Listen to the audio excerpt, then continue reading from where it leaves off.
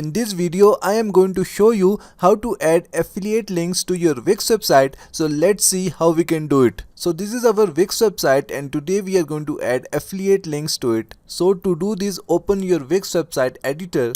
You can add affiliate links to text, buttons, or you can add custom HTML of your affiliate links. So to add a link to the text, just click on the text and then click on edit text.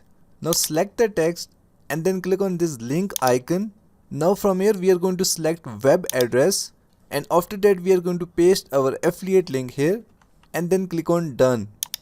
Now we can also make it bold so that it is more visible, and now whenever someone will click on this link, it will take them to our affiliate website. You can also add your affiliate links to the button. Just click on the button or you can add a new one from here. Just click on it and then click on this link. After that just select web address from here and add your affiliate link here. After that just click on done, and in this way affiliate link will be added to your button. So that's it for today. Thanks for watching. Please like and subscribe.